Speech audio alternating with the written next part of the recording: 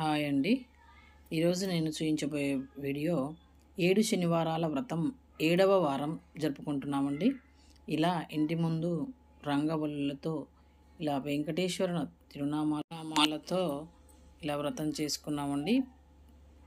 పసుపుతోని అల్లుకొని పీఠం వేసి 7 రకాల ప్రసాదాలు తయారు చేయడం జరిగింది. 7 దీపాలు, 7 రకాల పళ్ళు, 7 రకాల పూలు, 7 కొబ్బరికాయలు, 7 రకాల వంటలతో 7గురు ముత్తైదుల్ని పిలుచుకొని 2 దంపతులని, 7గురు ముత్తైదులని, 7గురు పిల్లలని పిలుచుకొని భోజన తాంబూలాదులు ఇచ్చి వారికి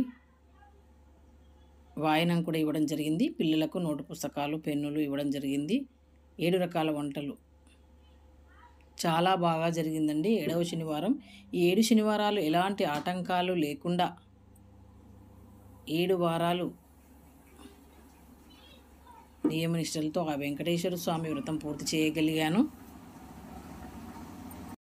7 రకాల వంటలతో ముత్తైదులకు అన్నప్రసాదాలు వడ్డించడం జరిగింది. అందరూ వచ్చి మమ్మల్ని ఆశీర్వదించడం జరిగింది.